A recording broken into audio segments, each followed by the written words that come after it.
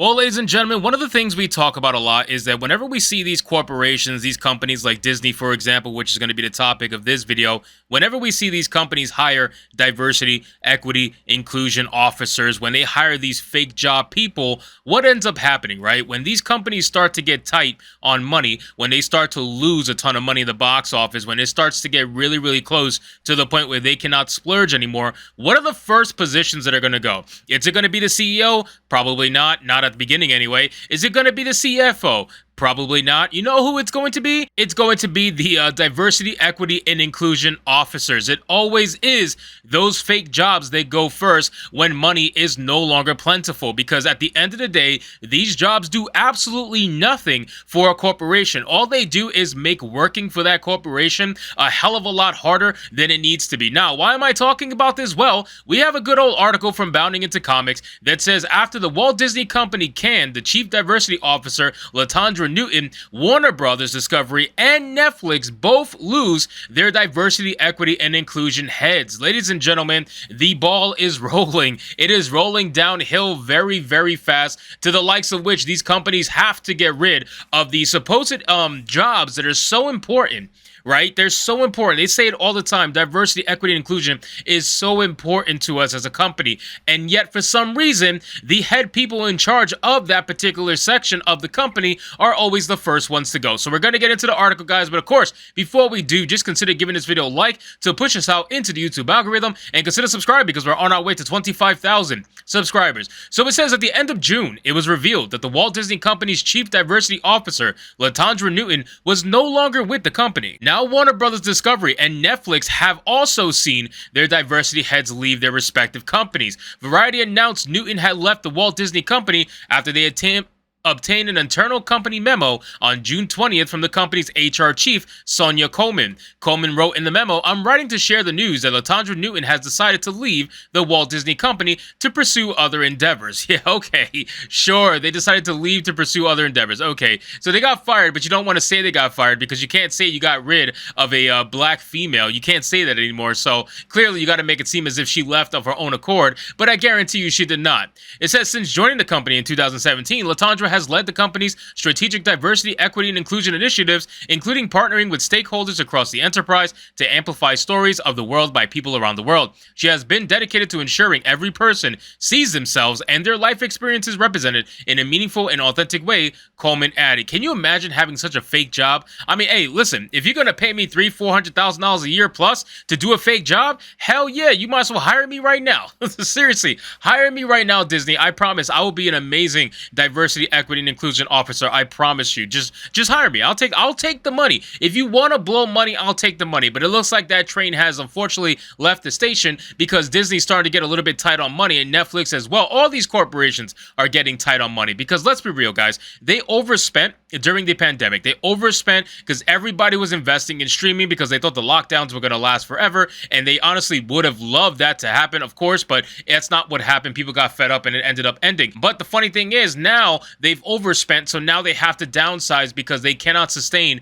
the company at where it's at right now because they're not generating nowhere near the revenue they were a couple of years ago. Not only that, of course, we're talking about Disney, right? So they're getting woke in their movies. All their movies are bombing. They have very few big hits in terms of actual big-time profits. Everything is literally losing hundreds, I would say tens to hundreds of millions of dollars per movie. Like Indiana Jones is god-awful. Oh my god. I got a separate video coming out about Indiana Jones and how absolutely terrible it is bombing. But still, they don't have the money that they had before. The only reason why Disney is afloat is because, quite simply, their parks charge an astronomical amount of money, and you have plenty of idiots that are willing to spend money to go to Disney World. And don't get me wrong, man, it's not necessarily just idiots too, because you got families that their kids think about Disney World, they talk about Disney World, and the kids are innocent, they have no idea what's going on, and the parents, they want to give the kids what they want, right? So instead of denying their kids and not wanting to tell them the reason why they don't want to go, they end up taking their kids anyway. So unfortunately,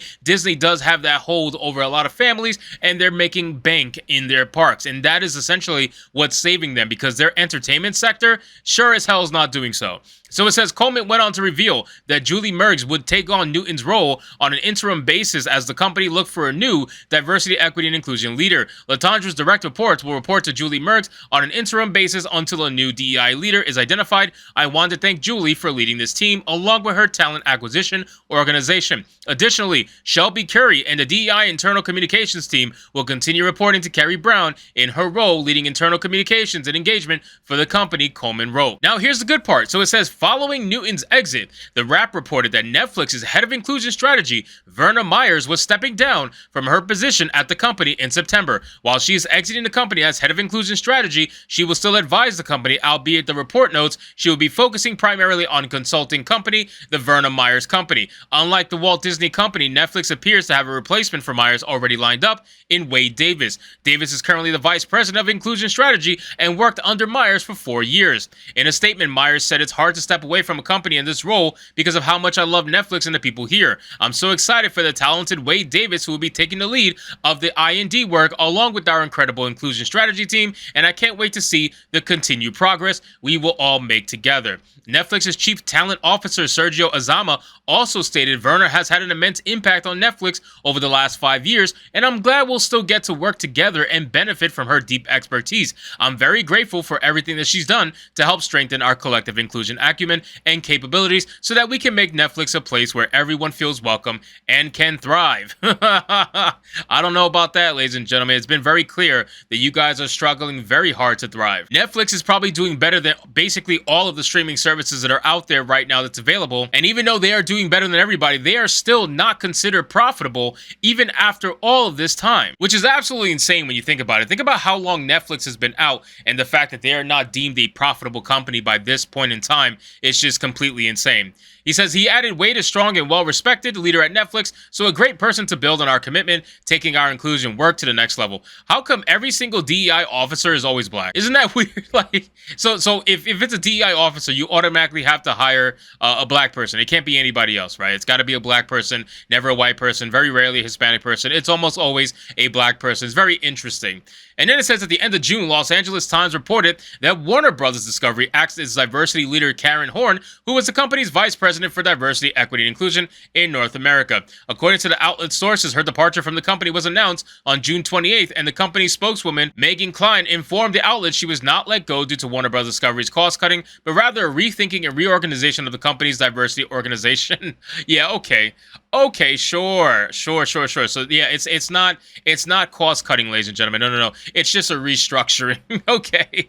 It's amazing how they word this stuff, right? Like whenever they do these interviews, they try to make it seem as normal as possible because they don't want to admit that they're firing all these women who are useless. Like they're not doing anything for the company other than making it harder to work for. It's just a fact. So it says a memo sent to Warner Bros. Discovery staffers by the company's chief global diversity, equity, and inclusion officer, Asif Sadiq, read Karen is a talented executive who is committed to our shared goals of creating an even more inclusive company and an accessible and equitable industry. I thank Karen for the important role she played in establishing a strong foundation while integrating the legacy companies, teams, and programs, and wish her the very best. Sadiq added, importantly, these changes do not alter our commitment to or our plans for pipeline programs and content-driven initiatives. These are fundamental pillars of our DEI strategy and will continue to be areas of investment and focus. Ladies and gentlemen, that's where we are. And you wonder why these jobs are being removed, right? Because they don't actually do anything. What do they do to benefit the company itself other than get them ESG money, right? Like, you guys do nothing else. There is not a thing that is done by these DEI officers other than make work a living hell. They require you to take all these stupid tests. They require you to do all these things about microaggressions. They're the ones who will completely get people fired for the most simplest things that they would consider offensive, even though it's normal business talk, right? So they do absolutely nothing for a corporation, and I'm glad that they're starting to get rid of these people, but it looks like they're replacing them with cheaper alternatives. So where they go from here, I'm not really sure, but time will always tell. So anyway, guys, thank you so much for watching this video. I hope you did enjoy it, and if you did, consider leaving me a subscribe. I would greatly appreciate it. Don't forget to like the video, comment, let me know what you thought, and I'll see you guys on the next one. Hypnotic out.